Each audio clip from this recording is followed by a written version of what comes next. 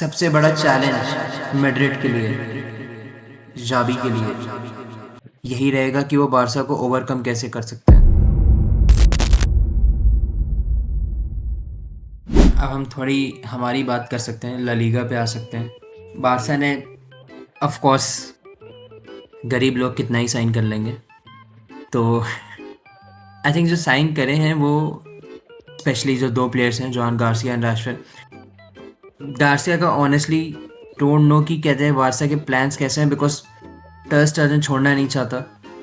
शेज़नी का contract extended है। Stadium का सीन तो खत्म ही समझो। आई थिंक जॉन गार्सिया हो सकता है मेन कीपर खेल जाए। जॉन गार्सिया फ्यूचर हो सकता है एक्चुअली, बिकॉज शेज़नी भी 1 साल से ज़्यादा आई डोंट थिंक की रहेगा।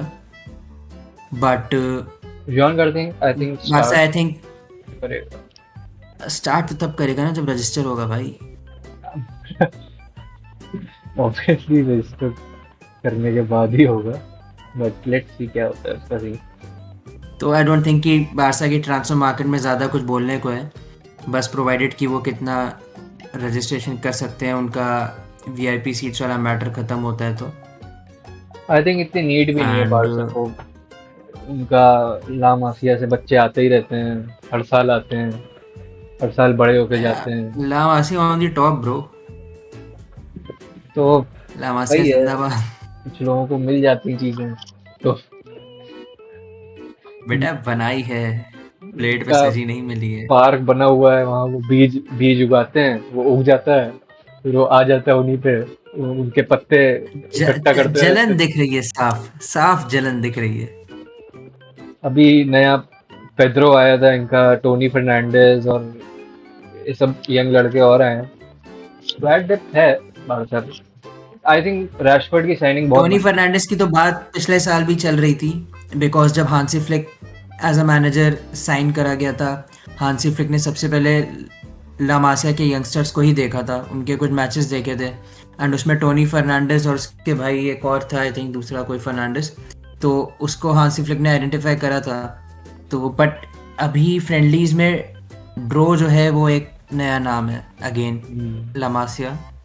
फ्यूचर तो आई डोंट थिंक कि बारसा का कहीं जाने वाला है, बस अपनी फाइनेंशियल सिचुएशन पे लपोर्ता एंड डेको की नौटंकी चलती रहेगी। आई थिंक जो एक हाईलाइटेड साइनिंग है ऑब्वियसली जोआन गार्सिया की है। दूसरी जो बड़ी हाईलाइटेड साइनिंग है वो रैशफोर्ड, मतलब साइनिंग नहीं, ऑफ कोर्स लोन पे आया था, रैशफोर्ड है। रैशफोर्ड एक अच्छा खासा रोल निभा सकता है बारसा में, क्योंकि कहीं ना कहीं बारसा को डेप्थ की नीड थी, चाहे वो रफीनिया या के लिए हो लेफ्ट विंग पे या फिर लेवेंडोस्की के लिए हो स्ट्राइकर पे। ऑल्दो फेरेंट टोरेस ने अच्छा परफॉर्मेंस करा था, बट आई डोंट नो वो कितना ज़्यादा रिलायबल होगा। आई थिंक रैशफोर्ड का जो पोटेंशियल है, जो अभी तक वो उस तरीके से अचीव नहीं कर पाया, आई लिटरली पोटेंशियल है, and Rashford fan. I think जो फ्लिक सिस्टम की जो इंटेंसिटी डिमांड है, रैशफोर्ड उसको मैच कर सकता है। He has that capability to match that intensity. I think Rashford को, मतलब उम्मीद तो इतनी नहीं थी कि वो प्रेसिंग स्ट्रक्चर जो है बारसा का इतनी इंटेंस रहते हैं, तो वो करेगा कि नहीं, क्योंकि यूनाइटेड में नहीं करता था, प्रेसिंग नहीं करता था। बट बारसा में जो दिखा है हमें प्री सीजन में, वो अच्छा खासी प्रेसिंग कर रहा है। तो आई थिंक अच्छा खासा रोल है, और मेन चीज़ है कि वो एज अ सब्स्टिट्यूट उनका पहला ऑप्शन हमेशा ही रहेगा। अगर उन्हें फ्रंट लाइन में कोई चेंज करना होगा, चाहे वो लेवेंडोस्की हो चाहे रफीनिया हो। रफीनिया की जगह रैशफोर्ड आता है तो लेवेंडोस्की, यमाल एंड ओल्मो और फर्मिन एज अ कैम, ये लोग खेलेंगे। रैशफोर्ड अगर स्ट्राइकर जाता है लेवेंडोस्की की जगह पे, Raphinha, Rashford, Yamal, Olmo, Fermin, या फिर रफीनिया कैम, तो बहुत सारे कॉम्बिनेशन को खोल देता है आई थिंक रैशफोर्ड। तो एक बेटर बारसा डेफिनेटली दिख हाँ, सकती है विद रैशफोर्ड। आई थिंक ये भी देखना होगा कि जब रैशफोर्ड अवेलेबल होगा तो रैशफोर्ड एंड फरहान के बीच में कैसा रहेगा, दी प्रेफरेबिलिटी किसका ज़्यादा रहेगा। हाँ एक्चुअली ये क्वेश्चन है, क्योंकि स्ट्राइकर पे फेरन को अच्छे खासे चांस मिले थे और उसने अच्छा खासा अच्छे परफॉर्मेंस खासे भी करा। अच्छा खासा करा था, एंड फरहान काफ़ी ज़्यादा अच्छा ऑप्शन प्रोवाइड करता है, वो वर्सेटैलिटी प्रोवाइड करता है स्ट्राइकर पे जो लेवेंडोव्स्की भी नहीं कर पाता। बारसा की स्क्वाड पे आ जाते हैं। हम्म गोलकीपर में तो आई थिंक गार्सिया एंड शेज़नी के बीच में ही वो होता रहेगा ऑल्टरनेशन। बैकलाइन की बात कर ले। अच्छा एक सेकेंड भाई, इनिगो मार्टिनेज इतना बड़ा डेंट। इसको कैसे भरेगी बार्सा? स्टेट रिप्लेसमेंट ऑब्वियसली अराउहो है, बट क्या? क्या किसी सेंटर बैक के लिए जाएगी Barca? I don't think so. नहीं, आई थिंक जाना पड़ेगा क्योंकि स्क्वाड डेप्थ चाहिए होगी। और आई जाना थिंक पड़ेगा बट मुझे नहीं लगता कि जाएंगे। लोन पे शायद ला लीगा में भी कुछ प्लेयर्स हैं, यंग प्लेयर्स, जो back and good physically, I think उनको ले सकते हैं। हालांकि लेफ्ट फुटेड था इनिगो, मेन प्रॉब्लम ये लेफ्ट फुटेड प्लेयर्स नहीं मिलते हैं easily, left footed centre back नहीं मिलता है, और अब उसका जाना वो एक प्रॉब्लम हो जाएगी। Quarsi I don't know right centre back खिलाएंगे लेफ्ट सेंटर बैक खिलाएंगे, क्योंकि इनिगो चला गया। अराउहो कहाँ खेलेगा, वो राइट फुटेड है। कोई दूसरा सेंटर बैक साइन होता हो मुझे तो नहीं दिखता। एंड अगर कोई आता भी है या फिर अरावो ही होता है तो देखना ये है कि जिस तरह की केमिस्ट्री कुबारसी और इनिगो की थी वो दिख सकती है क्या। एंड अराउहो ने ऑब्वियसली डिसअपॉइंट करा था लास्ट सीजन। वो आई थिंक एक इकलौता ऐसा प्लेयर था जो बारसा को डिसअपॉइंट करा था लास्ट सीजन, बट उसने उससे पहले जो कर रखा है वो आई थिंक कुछ मोमेंट्स थे जिसमें अरावो ने अपने लिए गड्ढा खोदा, but overall I think he wasn't that bad. हाँ बिल्कुल। आई थिंक ये जो ग्लोरीफाइड सीजन आया है, इससे पहले जो खराब टाइम चल रहा था बारसा का, उसमें Araujo was the one who stepped up. हाँ उससे पहले तो या तो आई थिंक अराहो पे डेफिनेटली बिलीव कर सकते हैं, बट हाँ आई थिंक उनको स्टिल स्क्वाड डेप्थ के लिए सेंटर बैक की साइनिंग चाहिए होगी। अब वो लोन पे लें, कैसे लें, छोटी सी साइनिंग कर लें, जो भी होगा उनको चाहिए होगा स्क्वाड डेप्थ। अब वो जेरार्ड मार्टिन या कुंडे कुंडे को सेंटर बैक शिफ्ट करके खिलाएं, वो चीज़ें थोड़ा प्रॉब्लमेटिक हो सकती है।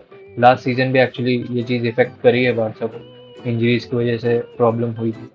तो आई थिंक उनको एक करना चाहिए। बट आई डोंट थिंक कि कुंडे को सेंटर बैक में शिफ्ट करा जाएगा हाँ नहीं बिकॉज करेंगे। ऑलरेडी बाल्डे एंड कुंडे का जो कॉम्बिनेशन इन द सेंस मतलब जो फॉर्मेशन है लेफ्ट एंड राइट बैक पे वो that has been exceptional. True. तो आई डोंट थिंक कि उनको सेंटर बैक्स पे लाया जाएगा, बट देखना ये है कि एरिक गार्सिया कैसा परफॉर्म करता है।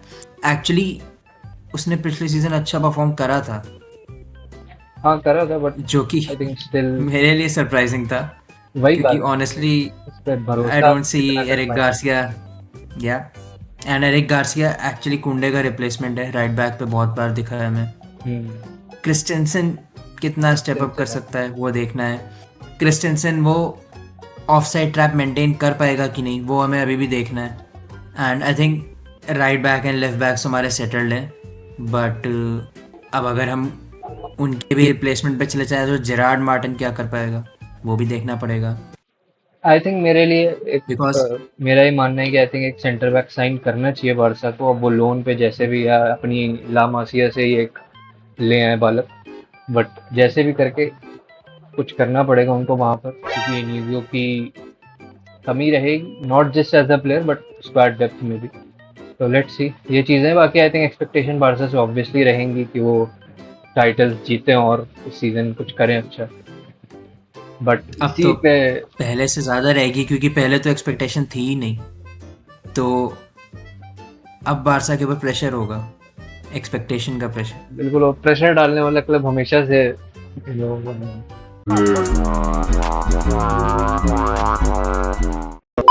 Real Madrid. इस बार प्रेशर फैंस से ज़्यादा होगा बिकॉज पिछले सीज़न को एक्सपेक्ट नहीं कर रहा था। ट्रू एंड एक्चुअली बारसा ऐसी परफॉर्मेंस के बाद थ्रू आउट द सीज़न अब जो फैंस के एंड से जो प्रेशर होगा वो बहुत ज़्यादा होगा। क्या वो same performance same intensity matchup कर पाएंगे एंड मैचअप करने के बाद उसके ऊपर बढ़ सकते हैं कि नहीं। बट अगर मिडफील्ड में है तो आई थिंक जो बारसा का स्ट्रॉन्गेस्ट पॉइंट है वो मिडफील्ड है। ऑफ कोर्स पेड्री तो कंट्रोल करता ही है डियोंग के साथ पूरी मिडफील्ड, जो कि एक बहुत अच्छे दोनों डुओ हैं। बट चाहे हम यंगस्टर्स की बात करें, कसाडो ने जिस तरीके से स्टेप अप करा था पिछले सीजन, कसाडो एक कसाटा अनहर्ड हीरो था बारसा के लिए। एंड he had that जब बाद में एंड ऑफ द सीजन वो इंजर्ड भी हुआ तो कसाडो की भी एक्चुअली कमी दिख रही थी, बट बर्नाल भी वापस आ गया है तो वही वही चीजें है ना आई कि थिंक मतलब पौधे रहते ही हैं। होल्डिंग तो या होल्डिंग बारसा की और अच्छी हो सकती है। एंड गावी तो हमेशा से ही वो इंटेंसिटी दिखाता ही है, गावी का बट एक्चुअली इंटरेस्टिंग सीन हो सकता परफॉर्मेंस है भी कि दे रहा है। अब कैसे स्टेप अप करता है, क्योंकि लास्ट सीजन थोड़ा इंजरी वगैरह वो चीजें थी, तो एक मतलब रेगुलरिटी नहीं आ पा रही थी। लेट्स, ये भी एक बट interesting इंजरी के चीज़ है। बाद आने के बाद भी जिस गावी ने एक्चुअली बहुत अच्छा परफॉर्म करा, बिकॉज इंटेंसिटी तो वो हमेशा ही से रखता था। बट अभी जो एंड फ्रेंडलीज में भी जो गावी ने गोल मारे हैं लास्ट फ्रेंडली में, देखना है कि गावी का क्या रहता है सीन। गेम टाइम तो आई थिंक गावी को मिलेगा ही मिलेगा। आई थिंक जब रोटेशंस की बारी आएगी तो गावी को पक्का टाइम मिलेगा, स्टार्ट भी कर सकता है Gavi for sure. Danny Olmo को देखना है कि आई थिंक डैनी ऑल्मो ने स्टार्टिंग ऑफ द सीजन में अच्छा करा था, बट उसके बाद second half of the season में डैनी ऑल्मो ज़्यादा दिखा नहीं, आई एटलीस्ट थिंक मुझे। वहाँ भी उन पे ऑप्शन है, फर्मिन एक बहुत बहुत ही अच्छा ऑप्शन है। Again Fermin was also an honoured hero out of nowhere. तो आई थिंक चीज़ें हैं बारसा की, अब ऑब्वियसली एक्सपेक्टेशंस हैं और क्राइसिस अभी भी चल ही रहा है उनका, बट ठीक है, बारसा इज बारसा एंड उनसे एक्सपेक्टेशन हमेशा ही रहेगी। आई थिंक स्क्वाड से मेरे लिए तो एक ही क्वेश्चन है, जो कि क्वेश्चन इन द सेंस जो एक कंसर्न है, वो है सेंटर बैक का। वो किस तरीके से केमिस्ट्री मेंटेन होगी निको के जाने के बाद, वो देखना है। क्या वो ऑफ साइड ट्रैप फिर से काम करेगा, या इस बार यूरोपियन क्लब्स के पास एक प्लान है, वो देखना पड़ेगा। वो प्लान तो होगा, but it's all about quality, और क्वालिटी बारसा में काफ़ी है। अब देखते हैं कैसे उसको मेंटेन कर पाते हैं। तो अब आ जाते हैं इन्हीं क्लब्स सफ़ेद छिछोरों पे।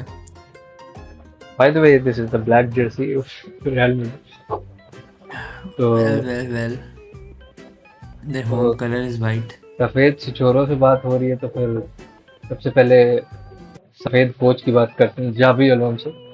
आई थिंक बहुत अलग तरीके का ट्रांजिशन है। मैड्रिड यूजुअली ऐसे कोचेस के साथ कम खेली है, मतलब कार्लो के अंडर,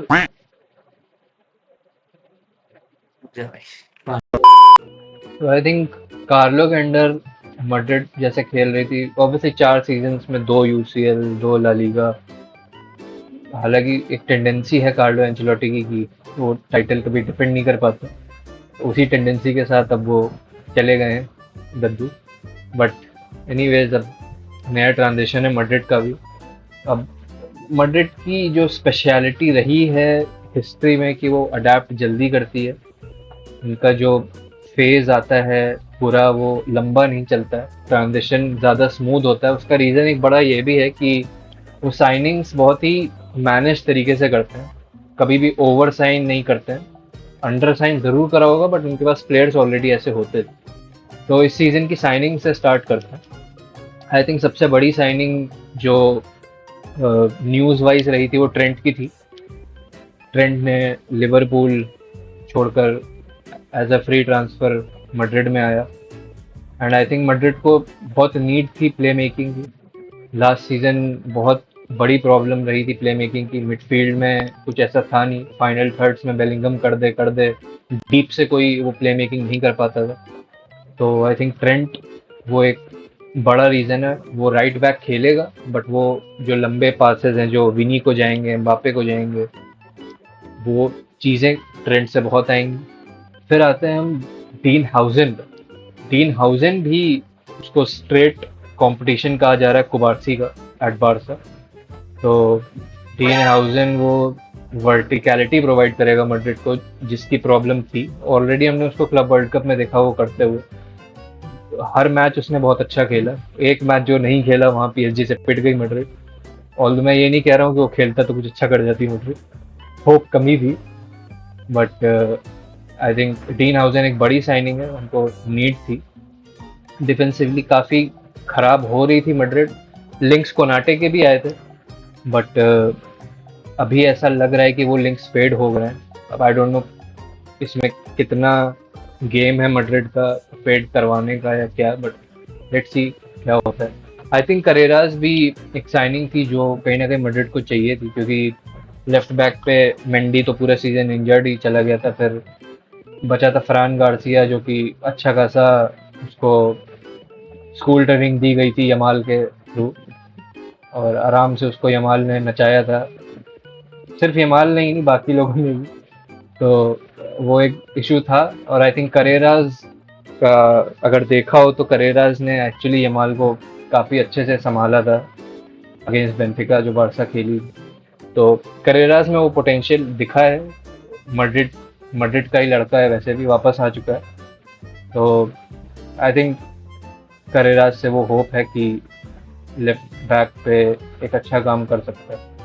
फिर आते हैं हम मस्तानतोनो। एक्चुअली ये बिल्कुल भी एक्सपेक्ट नहीं करा था कि मैड्रिड ऐसी साइनिंग के लिए जाएगी, बट आई थिंक इसमें जाबी का कहीं ना कहीं हाथ था, और बहुत ब्राइट टैलेंट है, मेसी ने भी कहा है बहुत बड़ा टैलेंट है। और आई थिंक मस्तानतोनो का आना एक, अगेन मैड्रिड ने इस पूरी ट्रांसफर विंडो में एक चीज़ जो बहुत कॉमन रही है वो है कि जितनी भी साइनिंग्स करी हैं सब में वो एक प्ले मेकिंग पोटेंशियल है जो लैक कर रहा था लास्ट सीजन। तो आई थिंक काफ़ी अच्छी साइनिंग्स हैं। मस्तानतोनो भी बेंच से या फिर स्टार्ट अगर करे, क्योंकि बेलिंगम की इंजरी होगी, तो आई थिंक मस्तानतोनो भी ये काम अच्छे से कर सकता है अगर गूलर की अवेलेबिलिटी नहीं होती। बट अंशुमन, मैं एक चीज़ पूछना चाहूँगा कि एक्चुअली कौन से प्लेयर्स इस समय जावी के सेटअप में सबसे ज़्यादा इम्पोर्टेंट हैं, एंड जावी क्या कर रहा है पिछले सीज़न की प्रॉब्लम्स को रेक्टिफाई करने के लिए? बिकॉज प्लेयर्स में उतनी वर्सेटैलिटी दिखी नहीं थी पिछले सीज़न। फॉरवर्ड्स प्रेसिंग करना नहीं चाहते थे, जो कि ऑब्वियस भी है। एम्बापे, विनीसियस कोई नहीं करना चाहेगा। मिडफील्ड में भी वो एक्स फैक्टर लैक कर रहा था, जिसकी वजह से बार्सा ने पीटा भी बहुत। तो क्या लगता है उन सब चीज़ों को ठीक करने के लिए जाबी क्या कर रहा है? आई थिंक जो साइनिंग्स करी हैं, and other than the signings, जो वो रोल्स जो उसने दिए हैं प्लेयर्स को, स्टार्ट कर देते हैं ऊपर से ही जो प्रेसिंग नहीं कर रहे थे। अब क्लब वर्ल्ड कप में इशू हमने अगेन देखा अंडर जाबी कि Vini still he was there pressing में, बट एम्बापे जैसा है वैसा ही चल रहा था उसका केस। तो एम्बापे के साथ थोड़े इशू है, बट एम्बापे को छोड़ते हुए अगर हम देखें तो गोंजालो को जाबी ने लगातार खिलाया था एज अ 9, और गोंजालो ने काफ़ी अच्छी इंटेंसिटी दिखाई थी जो जाबी को चाहिए थी। आई डोंट नो वो कितना स्टार्टर रह पाएगा मैड्रिड में। आई डोंट थिंक वो ज़्यादा स्टार्ट कर पाएगा games, more of as a substitute आएगा जब मैड्रिड को गोल्स की नीड हो या फिर वो सिचुएशन। ऊपर से यही है कि आई थिंक जो मैंने प्री सीजन गेम देखा अगेंस्ट टिरोल, वहाँ विनी ने प्रेसिंग एक्चुअली करी थी। ऑल्दो उसका गेम कोई हद तक खास नहीं गया था, बट उसने प्रेसिंग दिखाई है। तो आई थिंक वहाँ से थोड़ा होप मिला है, क्योंकि अगेंस्ट टिरोल जहाँ पे इतनी नीड भी नहीं है, क्योंकि छोटा क्लब है ऑफकोर्स मैड्रिड जीतने वाली, वहाँ भी विनी ने प्रेस करा है। तो आई थिंक वो एक चीज़ है जो अच्छी हो सकती है अगर विनी ये कंसिस्टेंटली करे। इसके अलावा एक प्रॉब्लम जो काफ़ी मेजर प्रॉब्लम थी last season, other than all this, play making, कि वो प्ले मेकिंग मिडफील्ड में कौन करेगा। आई थिंक उसका सोल्यूशन जाबी ने ढूंढा है, एंड दैट इज आर्दा गुलर। आर्दा गुलर को हम कार्लो एंचेलोटी के अंदर विंग्स पे देख रहे थे, as more of final thirds में देख रहे थे। अब वो डीप से आ रहा है, वो right centre mid, left centre mid खेल रहा है। तो आर्दा गुलर पे अब वो रोल दिया गया है बॉल्स डालने का, एम्बापे, विनी, इन सब पे। तो आई थिंक, और उसने परफॉर्मेंसेस भी अच्छी करी क्लब वर्ल्ड कप में, कंसिस्टेंटली अच्छा कर रहा था वो। प्री सीजन में भी ऑफ कोर्स उसने अच्छा करा।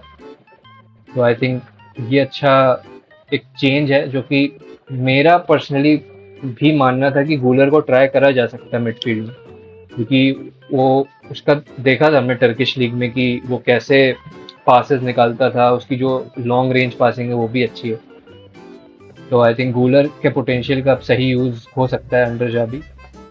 और बाकी बेलिंगम, वालवर्दे, शुआमिनी का एक्चुअली बहुत इंटरेस्टिंग रोल है। जाबी बैक 3 और बैक 4 में काफ़ी फ्लेक्सिबल है, एंड दैट इज थ्रू शुआमिनी। तो श्वामिनी को हम ज़्यादातर सीडीएम में देखेंगे, बट वो काफ़ी अडेप्ट करने वाला है बैक थ्री के साथ। वो कभी भी बैक थ्री में चला जाएगा और कभी भी वो सीडीएम पे आ जाएगा, क्योंकि आई थिंक ये रोल दिया है श्वामिनी को और ये रोल बहुत अच्छे से श्वामिनी करेगा भी, क्योंकि एंचेलोटी के अंदर लास्ट 2 सीजन से वो कभी सेंटर बैक कभी सीडीएम खेल ही रहा था। तो वो अडेप्ट भी अच्छे से ऑलरेडी करता हुआ दिखा है और वो करता भी रहेगा मेरे ख्याल से। अब श्वामिनी का ये टाइम भी है कि उसको वो प्रूव करना होगा मैड्रिड। इसके अलावा बैक लाइन की बात करें, हाउजन एंड ट्रेंट, बड़ी साइनिंग्स, बहुत बड़ी साइनिंग्स। इसके अलावा मिलिटाओ का वापस आना बहुत अच्छी न्यूज़ है, क्योंकि रुडिगर और असेंसियो ने जो डिसग्रेसफुल परफॉर्मेंस दिया था क्लब वर्ल्ड कप में, उसके बाद चाहिए था कि मिलिटाओ आए। असेंसियो से ऑल्दो होप है कि वो अच्छा करेगा, बट लेट्स सी। पोर्तो अलोनियन तो है ही गोलकीपर आई हमारा। थिंक मैड्रिड के पास वर्सेटाइल प्लेयर्स हैं, मैड्रिड के पास ऑप्शंस है, प्लेयर्स वर्सेटाइल हैं, पोजीशंस में ऑल्टर कर सकते हैं, रोटेशंस के लिए बहुत अच्छे ऑप्शंस हैं। बट सबसे बड़ा चैलेंज मैड्रिड के लिए, जाबी के लिए यही रहेगा कि वो बारसा को ओवरकम कैसे कर सकते हैं, बिकॉज ला लीगा की स्टोरी एट द एंड यही है, it is either Madrid, real one और दी बारसा। एक भी सीज़न में एक आगे निकल जाएगा तो दूसरे को अगले सीज़न परफॉर्म करना ही करना है। तो सबसे बड़ा चैलेंज आई थिंक मैड्रिड के लिए यही है कि वो बारसा के अगेंस्ट कैसा करते हैं। आई थिंक मेन जो इशू था मैड्रिड की, वो यही 2-3 इशू थे। एक तो इंटेंसिटी, जो अब कहीं ना कहीं दिख रही है, अब वो कितना मेंटेन होती है क्या होती है देखते हैं। इसके अलावा आई थिंक जो इशू था वो प्ले मेकिंग का भी था। डिफेंसिवली हाँ बहुत वल्नरेबल थे, ट्रांजिशंस पे बहुत बहुत ही हगा था मैड्रिड, बट होप करते हैं कि ट्रांजिशन में बेटर होगा। विद श्वामिनी का ये जो स्पेसिफिक रोल दिया है उसको, ये काफ़ी इंटरेस्टिंग है ट्रांजिशंस को रोकने के लिए। तो सोल्यूशंस आई थिंक ढूंढे हैं जाबी ने, बहुत इंटरेस्टिंग और अच्छे सोल्यूशंस हैं, बट लेट्स सी वो कैसे वर्कआउट करते हैं नहीं करते हैं। And he is flexible, he is not rigid कि वो सिमिलर चीज़ ही खिलाएगा। तो वो फ्लेक्सिबिलिटी हमेशा से वैसे भी रही है मैड्रिड के साथ, अब एक नए सिस्टम में वो एक फ्लेक्सिबिलिटी है। लेट्स सी कैसा करती है मैड्रिड। तो आई थिंक हमने ट्रांसफ़र की और टीम की स्क्वाड्स की काफ़ी बात करी। इंटरेस्टिंग होगा नया सीज़न। पिछले सीज़न काफ़ी एक्सपेक्टेड तो कम ही, अनएक्सपेक्टेड चीज़ें ज़्यादा हुई थी। तो अब देखते हैं इस सीज़न कैसे चीज़ें अलग होती हैं या कैसे अडेप्ट होती हैं विद न्यू साइनिंग्स। एक चीज़ मैं रिमाइंड करा दूँ, सीज़न नया स्टार्ट हो रहा है बट ईयर अभी भी 2025 है, and it's the year of unexpected things. And अभी तो हम क्लाइमैक्स की तरफ बढ़ रहे हैं, तो बहुत कुछ हो सकता है डेफिनेटली, बट खैर। You never know, it's an anti climax और अ क्लाइमैक्स। या नाउ रैपिंग अप, इस वीडियो में हमने प्री सीज़न की वीडियो में हमने ट्रांसफ़र मार्केट की बात करी, पोटेंशियल साइनअप्स की बात करी एंड स्क्वाड एनालिसिस करे। इनसाइड बैंटर्स को सब्सक्राइब करें आगे का कंटेंट देखने के लिए। अच्छी लगी हो वीडियो तो लाइक भी कर दें, थोड़ा मोटिवेशन मिलेगा। एंड कमेंट्स में अपने व्यूज़ बता सकते हैं कि आपको क्या लगता है किसकी स्क्वाड कैसी है, कैसे रेट करते हैं आप उनकी स्क्वाड को। डन है। डन है, खत्म है। अरे